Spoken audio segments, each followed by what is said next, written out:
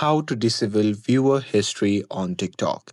Hey everyone, welcome back to the channel. In today's video, I will show you how to disable viewer history on TikTok. So now, without further ado, let's get started.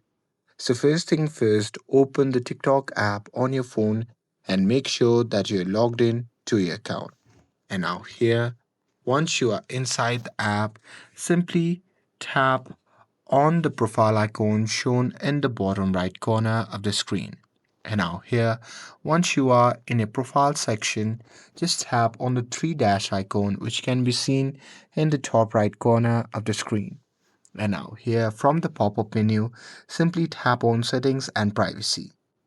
And now here in this section, you simply have to tap on privacy. And now here under privacy, simply scroll down and there you simply have to tap on viewers. And now here under the viewers, you simply have to look for the viewer history switch and there you simply have to toggle it off. And this is a mutual settings. So here once disabled, all the users cannot see when you view their profile or post, and you also cannot see who views your profile and post. And that's it.